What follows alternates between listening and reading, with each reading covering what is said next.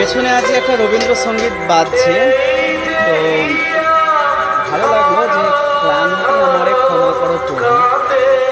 সত্যি ক্লান্তি ক্ষমা না করলে হবে না।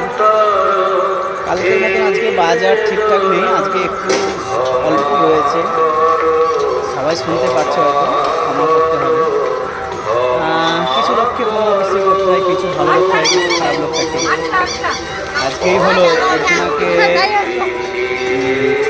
তুলতে গেলাম, যখন পিক আপ করতে গেলাম সেখানে 2 কিলোমিটার 2.5 কিলোমিটার, আর যেখানে যাবে সেটাও ছিল প্রায় ওই 2-2.5 কিলোমিটার। তো ওনার ভাড়া ছিল 31 টাকা। তো হলোটা কি, উনি ওখান থেকে উঠলেন, এবার রাস্তা দিয়ে এত ট্রাফিক, মানে যেখানে আমাদেরকে 10 মিনিট সময় লাগে সেখানে প্রায় আধা ঘন্টা 40 মিনিট লেগেছে। তো গাড়ির যে তেল পুড়লো প্রচণ্ড, আর এতবার যে ব্রেক করেছি, বা যখন গিয়ে নামালাম, তো উনি 31 টাকা, তো 31 টাকায় খুচরো আমাকে দিলেন।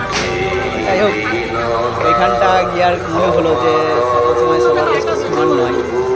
তারপর ওখান থেকে ঘোরার পথে আবার রাস্তা ভুল করেছিলাম, মানে গলির ভেতরে ভেতরে কিছুটা ভুল হওয়ার দরুন আবার খানিক্ষণ পর লোককে আবার অনেকে জিজ্ঞেস করে শেষ পর্যন্ত বেরিয়ে আসতে পেরেছি। যাই হোক, আজকে এখনও চলছে, তো শেষ পর্যন্ত এই মুহূর্তে এখন স্টপ করেছি আমি, কারণ খিদে পেয়েছি।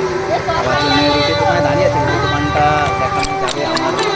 রুটির দোকান বড় রুটির দোকান নয়, এই যে রুটির দোকান আমাদের, আর এই যে মাসি বস থাকে, এই মাসি হচ্ছে আমার রুটির দোকান। আর এটা হচ্ছে বাবুরবাগ কালীতলা, বর্ধমানে।